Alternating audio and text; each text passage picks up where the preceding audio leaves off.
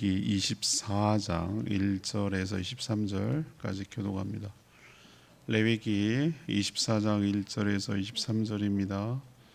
오늘은 6월 22일 수요일 저녁입니다.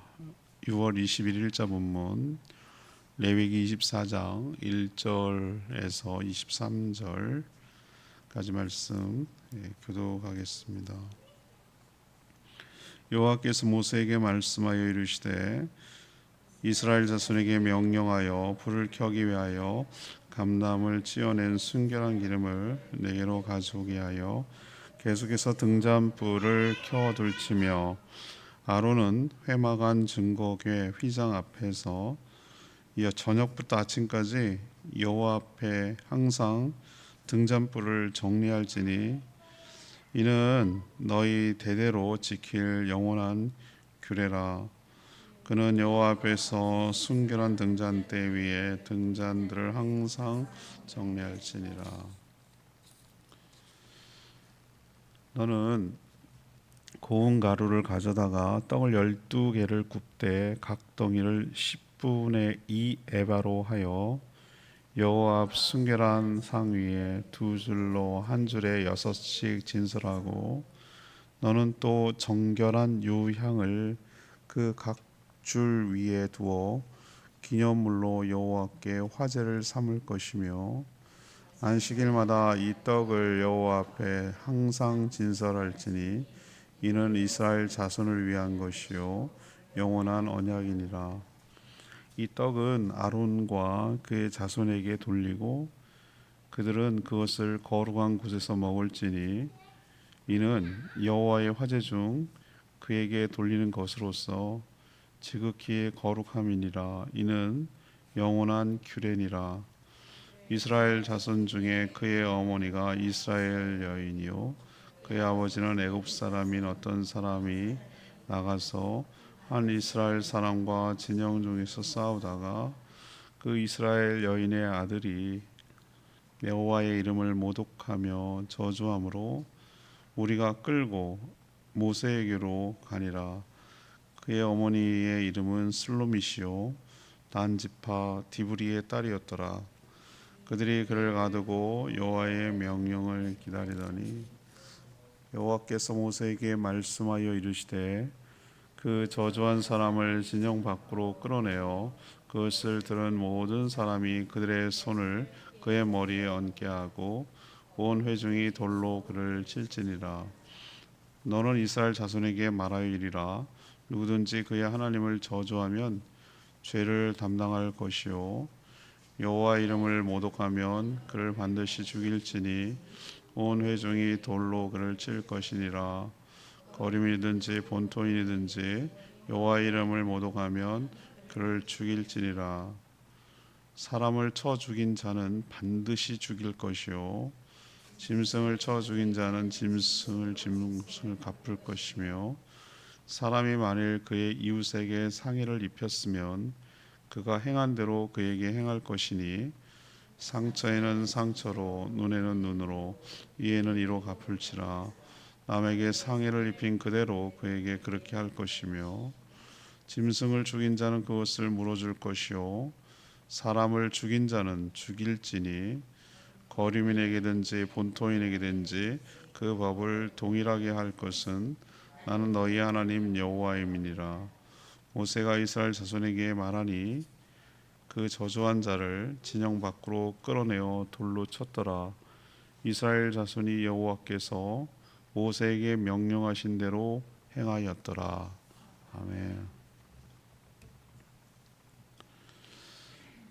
하나님은 저녁부터 아침까지 항상 순결한 기름, 올리브 기름으로 성소 안에 있는 등잔대에 있는 등잔불을 밝히는데 관리하라고 하셨습니다. 관리.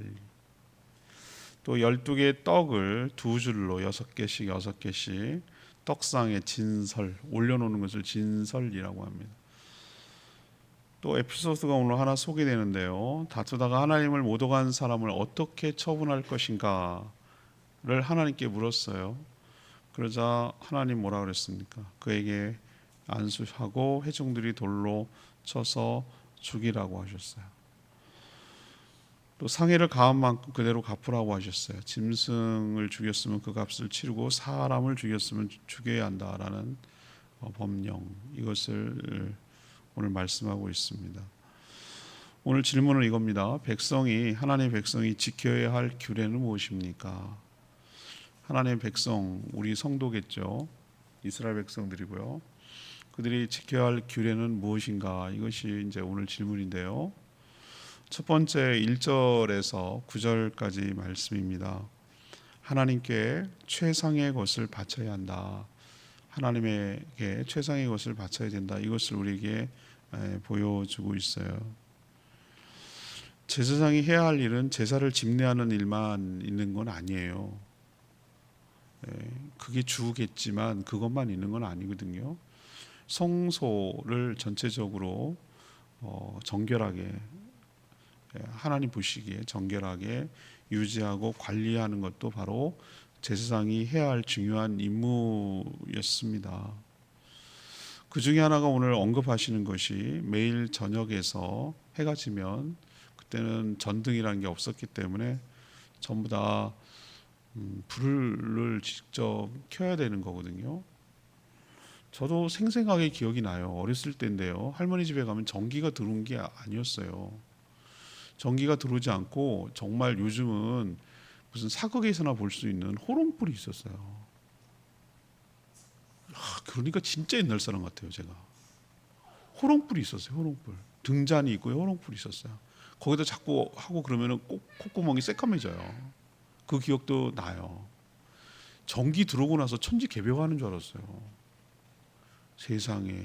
그때 백열등밖에 안 돼. 지금은 백열등 정말 너무하잖아요. 요즘 얼마나 좋은 등이 많이 나오는데. 옛날엔 그런 게 어디 있어요. 제 시대에만 해도 호롱불을 썼는데 옛날엔 전부 다 호롱불 같은 그런 기름을 직접 태워가지고 쓰는 거죠. 그러니까 깜깜한 저녁부터 해가 뜨는 아침까지 성소 안에 이쪽은 진설 떡상이 있고요. 여러분은 반대로 해야 되겠군요. 여러분으로 보기에 이쪽이 떡이 있고요. 이쪽이 등잔대가 있고요. 이 안으로 더 접근을 하면은 지성소가 들어가고요. 지성소가 들어가기 직전에 앞에 향단이 있어요. 그래서 향을 이렇게 올라가게 하는 것이 있고요. 지성소 그 커튼, 그 회막을, 그러니까 그 뭐라 그럽니까? 커튼을 열고 이렇게 들어가면 그 안에 이제 언약궤가 있는 구조였거든요. 지금 이 두 가지, 하나 떡상, 하나는 등잔대 관리에 대해서 오늘 얘기를 하고 있는데요. 저녁부터 아침까지니까 꽤 깁니다, 여러분들. 여러분 해가 질 때가 물론 그 시차마다 다르겠습니다. 위도에 따라 다르겠죠. 여러분 몇 시라고 생각하세요, 평균? 지금 우리도 간판이 지금 불이 들어왔죠? 저기 타이머가 돼 있어요. 안에 전자돼 있어. 1년 12달을 평균 해 뜨는 시간, 해 지는 시간을 타이머가 있어요. 이 얼마나 편한지 몰라요, 요즘 세상에. 그걸 일일이 저거 다 한다고 생각해요. 사람이 어디 출타면 어떡할 거예요. 요즘 이렇게 좋아요, 세상이. 근데 해가 지면 시작하는 거예요. 해가 언제 할까지? 뜰 때까지. 그 6시가 되든 5시가 되든 7시가 되든 그 맨날 그거 하는 거예요. 항상 등잔불이 꺼지지 않도록 거기다 뭐를 채워놓고 심지가 잘 타는지 꺼지는 일이 없도록 하기 위해서 7촉대 매너라는가, 그 매너라 부르는가, 그게 있는데 그거를 뭐 하는 거예요? 항상 기름을 유지하는 거예요. 환장하네. 나 같으면 진짜 못 해먹겠다. 그 밤새 그거 하라고 하는 거예요. 제사장 당번이 하는 거예요. 하나 꺼지지 않도록. 심지 끓으면 잘못하면 꺼지기도 하거든요. 그런데 그냥 기름 넣으면 안 된다고 그랬어요. 하나님이 특별한 감람을 넣으라고 그랬어요. 올리브를 어떻게 하게 만들었냐? 올리브 그 기름을 제작하는 것까지 알려줘요. 올리브 있잖아요. 올리브 감람류 있잖아요. 이렇게 동그랗게 생긴 거. 올리브를 어떻게 하면 찧어서 나온 기름이어야 돼요. 이렇게 찧어가지고 으깨가지고 나온 기름. 그 이게 무슨 습착하거나 이렇게 눌러 이렇게 아니라 찧어서 하나씩 얼마나 공이 많이 들은지 몰라요. 우리 노예 모 목사님 이제 개척한 지 1년 좀 넘었는데 말이죠. 1년 됐다고 그러더라고. 축하한다 그랬더니 목사님 이 담임 목사 직업이 극한 직업 같대. 왜 그러니까 1년 하고 나니까 안식년이 필요한 것 같대. 그래서 내가 하도 기가 차가지고 내가 이제 계속 하다 보면 이골이 나. 내가 그랬어요. 극한 직업이래. 해보니까 이건 너무 힘들대. 자기 부목사 때문에 몰랐다는 거예요. 그래서 해보라고. 그것만 하는 게 아니에요. 맞은편에 뭐가 있냐면 떡상이죠. 떡상이 이렇게 놓여 있는데 그 중에 이제 안식일마다 가는 거예요. 가는데 12개를 총 놓는 거예요. 10분의 2 에바면 꽤 많습니다. 그 덩어리가 1 에바면 11.2리터 정도 되니까 꽤 많은 거예요. 많은 거. 그 양을 갖다가 두 줄로 세워야 돼. 열 맞춰 가지고 6개씩 이렇게 두 줄로 차려 놓는 걸, 이거를 한자로 뭐라고 하냐면 진설한다고 그래요. 진설. CBS 요걸 설명해 줘야 되겠는데요. 진설이 뭘까요? 이러면서. 예, 진설이라고 그래요. 떡을 차려 놓는 거. 여기에 들어가는 재료 최고로 좋은 걸로 해야 돼요. 등잔불을 밝힐 기름은 이 올리브유에 있죠. 끓음이 생기지 않도록 뭐라고 오늘 성경에 표현하면 순결한 기름을 사용하라고 그랬어요. 순결한 기름을 사용해서 최고급유. 우리도 차에 미친 사람들 보면요, 여러분 남자들 상상을 초월합니다. 저는 그런 거에 관심이 그렇게 없거든요. 차는 타고 다니는 거지 내가 아니에요. 근데 이 남자들은, 어떤 사람은 차가 곧 나야, 옷을 뭘 걸치느냐 이런 느낌을, 차를 아주 예민하게 다가오는 사람들이 있어요. 뭐 그렇게까지 그냥 뭐 새 차면 좋긴 하지만 굴러가면 돼, 그렇게 생각 안 하는 사람이 있다니까요. 그래갖고요, 새 차 사잖아요, 막 이러면서 맨날 쓸고 닦고, 아이고 우상해. 애물단지. 기름 아무거나 안 넣으려고 그 옥탄가 높다고 뭐 어쩌고 저쩌고 해가지고 고급 휘발유 넣고 막 항공기 비싼 거 뭐 그런 거 넣고 그런 사람이 봤어요. 제가 너무 애지중지하는 거예요. 그 생각 갑자기 나더라고요. 하나님한테 쓰는 이 기름은요, 그냥 기름이 아니에요. 그을름이 요만큼도, 그러니까 그을름이 생긴다는 얘기는 뭐겠습니까? 잡티가 들어가는 걸 말하는, 하나도 없어야 돼. 싹 걸러온 순결한 기름, 완전히 100% 순도의 올리브기. 그건 그냥 먹어도 되는 기름이에요. 먹어도 되는 기름이죠. 올리브유인데 그것만 사용해야 됐어요. 자, 그럼 떡 할 때 어떻게? 떡에 올릴 거는 몇 번이고 채로 걸러야 돼요. 가는 채 아시죠? 여러분, 채가 여러 있잖아요. 크기에 따라, 코 크기에 따라서 크게 얼기설기한 채도 있고, 뭐 집사람 옆에 도와주느라고 야채 할 때 있잖아요. 야채 할 때는 물이 쑥쑥 빠져야 되니까, 야채 할 때는 약간 얼기설기하고 철망에다 그냥 하면 돼요. 근데 여기서 그게 아니라 몇 차례를 거쳐서 뭘 얻어내기 위해서 그러냐면은, 아주 고운 가루를 얻어내기 위해서, 떡을 만드는 재료를 몇 번이나 걸쳐가지고 고운 가루로 만들고, 순결한 향에 정결한 유향을 거기다 또 얹어야 돼. 향을 얹어가지고 그 줄 위에다 이렇게 두는 거예요. 여러분, 이렇게 디테일하게 하나님이 설명하실 때 여러분 어떤 느낌 확 들어오세요? 제사장 같은 사람 입장에서는 이거 극한 직업이네, 이런 생각이 먼저 들어올 거예요. 이걸 매일 한다고? 1년 365일 죽을 때까지 한다고?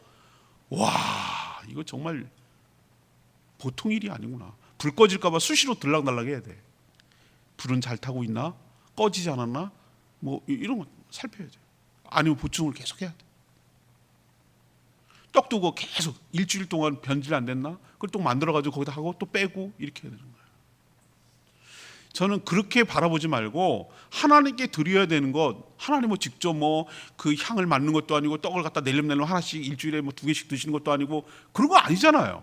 변함이 없어요. 그 떡은 결국 일주일에 안식일 다시 되돌아오면 그거 가지고 뭐 하라고 그랬습니까? 먹어요. 제사장들이 그 거룩한 곳에 먹도록 돼 있어요.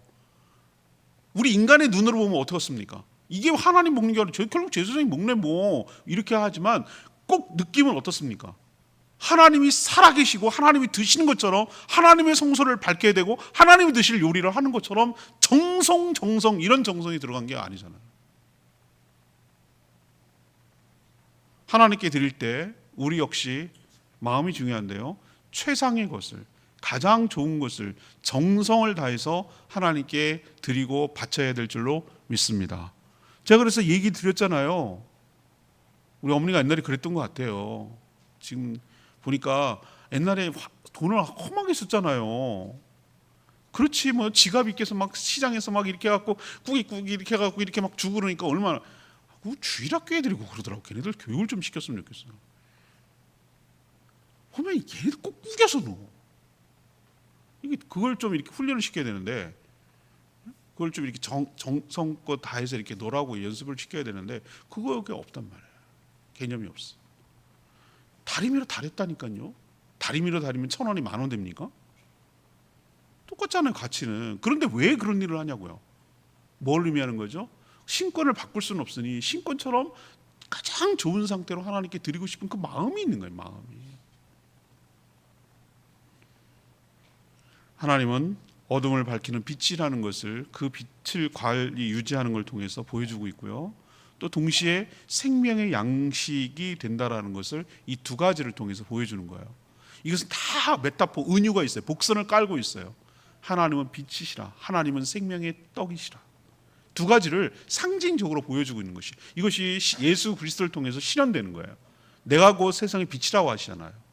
내가 곧 너희들의 떡이라고, 생명의 떡이라고 하시잖아요. 그때부터 하나님은 존재하고 계셨다고요. 그때부터 하나님은 그들과 함께, 하나님이 그들에게 어떤 존재인지를 보여주고 계시는 거예요. 가시적으로 그들에게 빛이었어요. 항상 꺼지지 않은 빛이었어요. 그래서 그들을 살리고 그들을 인도하여 가는 빛이었고, 그들을 먹여 살리는 떡이었어요. 진정한 생명의 떡, 하늘의 떡이라는 것을 그 둘을 통하여 보여주시는데, 그렇게 되기까지 최선을 다해서 하나님께 올려드려야 될 줄로 압니다. 그리고 그걸 함부로 못 사용하게 있어요. 오로지 제사장들만 먹을 수가, 제사장들만 먹을 수 있어요. 우리도 하나님께 드릴 때 허접한 거 이거 안 된다고 그랬잖아요. 지난번에도 한번 내가 말씀드렸죠. 하나님께 제물로 드릴 때 무슨 제물을 이렇게 정해져 있는데, 제물의 공통점은 뭐라고 그랬어요? 최상의 것을 드리라고 말씀드렸어요. 흠 있는 거 안 된다고 그랬어요. 어디 병들었던가 뭐 어디 부러졌던가 어디 있던가 안 된다는 거예요. 사람이, 인간의 심리를 하나님은 너무 잘 하신다고 제가 말씀드렸어요. 뭐 하죠? 어차피 드릴 거, 못 먹는 거, 가반 나가는 거, 어차피 빨리 처치 곤란한 거, 병들어서 금방 죽을 것 같은 거, 시장에 내다 팔면 별로 돈도 안 되는 거, 그것부터 처리하고 싶은 마음이 사람에게 있단 말이에요. 인간이 하나님 마음을 훤하게 안다고요. 하나님은 그를 대접을 받을 분이 아닌 줄로 믿습니다. 왜? 하나님은 자기 최상의 것을 주셨거든, 우리한테. 아들, 독생자 외아들을 우리에게 내어주신 분이 뭘 더 이상 최상의 것이 뭐겠어요? 자기를 내어주시잖아요. 아들을 내어주신 분이 뭘 안 주시겠냐 이 말이에요. 하나님이 우리에게 한 것에 비하면 우리는 너무 하나님께 인색하게 굴고 너무 자기 걸 챙기려고 하고 함부로 대한다고요. 함부로 대. 여러분도 오늘 이렇게 규정한 이유, 그 배경을 여러분이 잘 이해하시고, 우리도 하나님을 존귀하게 여기시고 최상의 것을 하나님께 드리려는 그 마음을 주님께서 받으시는 줄 알고, 모든 매사에 있어서 하나님이 가장 우리 삶에 존귀하게 여김을 받도록 최선을 다해 드리는 저와 여러분 되기를 소망합니다. 두 번째 얘기는 10절에서 16절 규례인데요, 하나님을 모독하면 큰 범죄라는 것을 우리에게 가르쳐주고 있어요. 하나님을 모독하면 큰 범죄다. 어떤 사람이, 오늘 에피소드가, 이게 레위기에 이런 에피소드가 있는 게 좀 신기하긴 해요.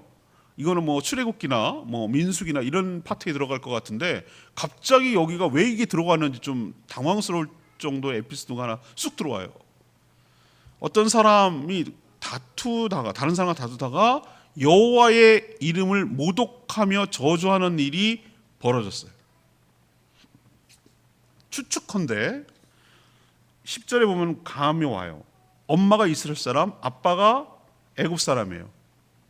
근데 한 이스라엘 사람과 진영에서 싸웠어요. 제 추측이 맞다면 저는 상상력을 더하거든요. 아마 얘네 아버지를 건드렸던 것 같아요. 느낌 오죠? 얘 이스라엘 싸운 이쪽 상대가 이 사람을 대상으로 아버지를 뭐라 했던 것 같아요. 너 이스라엘 사람 아니지? 그 얘기를 한 것 같아요. 그러니까 얘가 욱한 거예요. 좀 성경을 읽을 때 좀 상상력을 더해가면서 읽으면 재밌다니까요. 여러분들은 너무 드라이하게 읽지 말고, 저는 이거 볼 때 왜 싸웠지? 뭐 이런 생각하면서 읽는 거거든요. 왜 다퉜을까? 뭐 이래가면서 재밌잖아요. 재미없으시구나. 나 혼자 그러면 재밌는 걸로. 저는 성경 읽을 때 그렇게 재밌게 읽어봐요. 막 이런 생각, 저런 생각, 이런 각도, 저런 거 생각해봐요. 그러지 않았을까? 뭐 이런 생각. 그러지 않고서야 합리적인 추론이에요. 그러지 않고서 왜 하나님을 모독하겠냐고. 그렇지 않겠어요? 지네 이제 그들이 믿는, 너는 하나님도 믿지 않는 이방 사람이지 뭐 이런 것 같아. 그러니까 이제 뭐 나왔던 것 같아. 아무튼 그건 중요한 게 아니고, 그래서 사람들을 그를 끌고 모세에게로 갔어요. 모세는 일단 그를 가뒀어요. 바로 처결하지 않았어요. 어떻게 행동하지 않았어요. 그러고 나서 어떻게 했습니까? 하나님께 묻고 응답을 기다렸어요. 저는 이 점이 모세가 대단한 사람 같아요. 이게 리더가 갖춰야 될 저는 태도라고 생각합니다. 제가 목회하려면 오늘 지금 방금 쓰고 오고 뭐 정말 많은 여러분들 상상도 못할 거 극한 직업 맞아요. 극한 직업 맞거든요. 오늘도 많은 일을 초를 쪼개가면서 이렇게 극한으로 몰아붙여서 일을 하거든요. 그런데 제가 목회칼럼을 썼는데 뭐라고 썼냐면 멘토링이 됐었어요. 멘토링은 7월 둘째 주에 나가는 목회칼럼이에요. 수고하는데 제가 요즘 멘토링 하고 있거든요. 근데 그 멘토 되시는 목사님이 뭐라고 얘기냐면 이런 얘기를 해요. 하나님의 교회는 당신 교회가 아니니까 목회를 할 때 항상 하나님께 뭐하라? 물어보라고. 그 얘기 갑자기 생각이 나는 거예요. 하나님께 묻고 하라고. 마음대로 하지 말고 하나님께 묻고 듣고 하라고. 묻고 듣고 하라고. 그 말씀을 계속 강조하더라고요. 강의 때. 그래서 이제 그걸 들었는데 오늘 이제 말씀을 오늘 본문이잖아요. 듣고 그러네. 모세가 위대했던 것은 어떤 면이 위대하다고 얘기하는 걸까? 왜 그 사람이 굉장히 위대한 인물일까라고 했더니 이런 점이에요.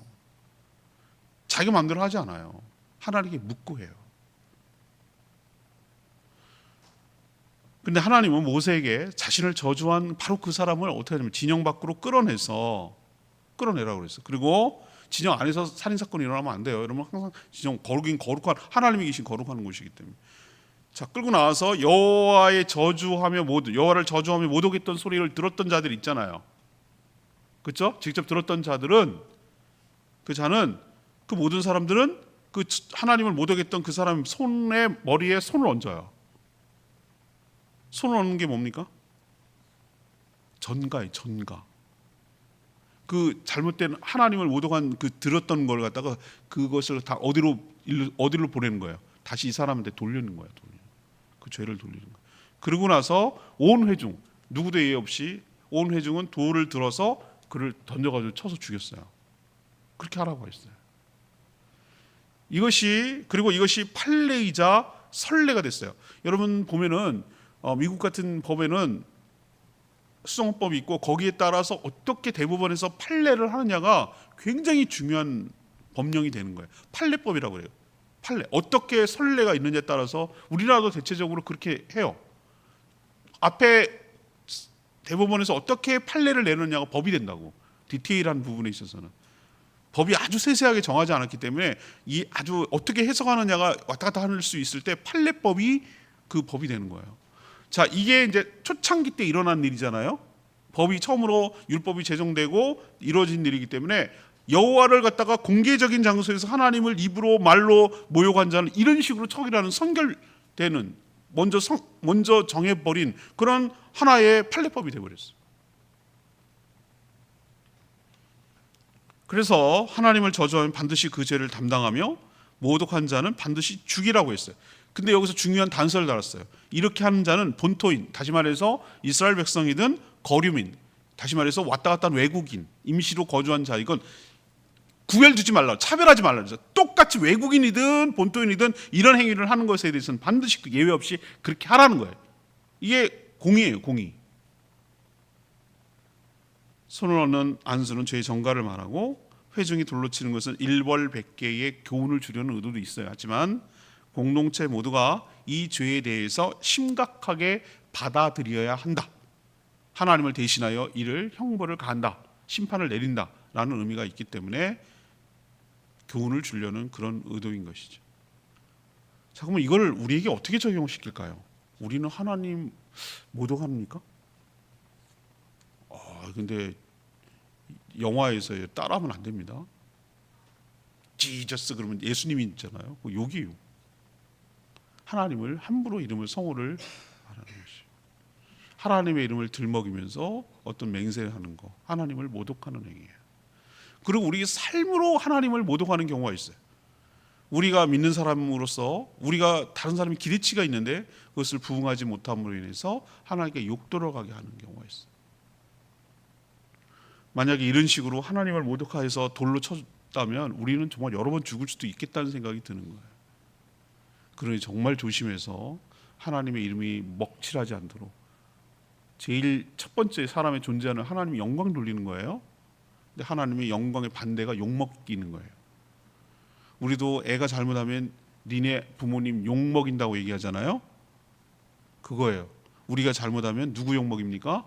하나님 욕먹이는. 세 번째 얘기입니다. 17절에서 23절까지인데요. 과도하게 보복하지 마라. 과도하게 보복하지 마라 이거예요. 하나님은 사람을 죽인 살인자는 반드시 죽이라고 했어요. 또 짐승을 죽인 자는 짐승으로 갚으라고 했어요. 또 어떤 사람이 이웃에게 상해를 입혔으면 그가 행한 대로 행하라고 하셨어요. 이것이 그 유명한 동해 보복법이에요. 똑같이 해서 보복하라는 거예요. 베니스의 상인? 그거 여러분 생각나지 않습니까? 살을 똑같이 도려내는 그게 더 어려워요. 조금 더 내려면 네 살 그만큼 도려내야 돼. 상처에는 상처로, 눈에는 눈으로, 이에는 이로. 이게 동해보복이에요. 그 유명한. 자, 얼핏 생각하면 여러분 이거 보고 오해하면 안 돼요. 얼핏 생각하면은 와, 하나님 진짜 피도 눈물도 없네. 자비와 긍휼이 없는 분이네. 똑같이 그렇게 하라고? 뭐 이렇게 보일 수 있어요. 그렇죠?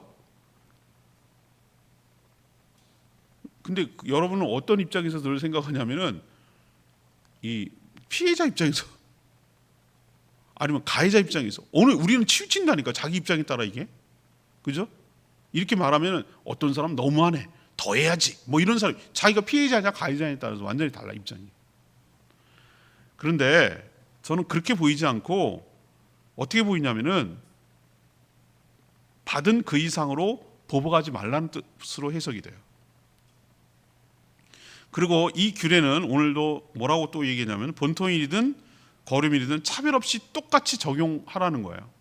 사람이 죄를 지으면 거기 합당한 벌을 받아야 돼요. 그러나 지은 죄 이상으로 형벌을 가하는 것은 또 다른 죄를 짓는 셈이에요.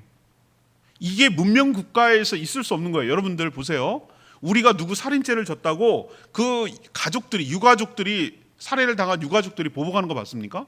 사적인 보복을 하지 못하도록 되어 있어요. 그런 게 바로 정글 국가, 완전히 문명 국가가 아닌 나라가 그렇게 보복하는 나라가 그런 나라예요. 근데 우리는 설령 어떤 사람을 죽였다 하더라도 그 죽인 가족들이 그를 죽이지는 않잖아요. 국가가 대신해서 그에게 벌을 내리는 거잖아요. 그렇죠? 그게 문명 국가예요. 지은 죄 이상으로 형벌을 가하는 것도 또 다른 죄를 짓는 거라고 제가 말씀드렸어요. 이 말은 자신도 똑같이 뭐 하는 거예요? 받을 각오를 하고 남에게 해를 끼칠 수 있다라는 거니까 거꾸로 말하면 자신처럼 상대를 아끼고 사랑하라는 뜻도 되는 것이죠. 왜? 사람은 꼭 자기가 받은 것 그 이상으로 되갚아 주려는 그런 속성이 있기 때문에 그래요. 그 이상으로 하지 말라라는 것은 이것은 하지 말라는 뜻이에요. 하나님께 맡기라는 뜻이에요. 오늘 내 말씀은 16절 말씀. 여호와 이름을 모독하면 그를 반드시 죽일지니 온 회중이 돌로 그를 칠 것이니라. 거름이든지 본토든지 여호와 이름을 모독하면 그를 죽일지라 그랬어요. 하나님을 저주하고 모독하면 죽어야 할 만큼 심각한 죄라고 사람들은 생각하지 못해요. 사실 우리도 말만 아니라 삶으로 하나님을 모독할 때가 많다고 제가 말씀드렸어요. 하나님이 없거나 믿지 않는 사람처럼 불신자보다 더 한 악행을 저지를 때가 있어요. 만약 우리가 모세 당시에 살았다면 우리는 이미 여러 번 돌에 맞아 죽을 짓을 많이 한 거예요. 우리는 이렇게 살지 말고 오히려 우리의 입술과 우리의 삶을 통해 하나님께 영광을 돌리며 드러내며 살아가는 복된 인생 되기를 축복합니다. 오늘 세 가지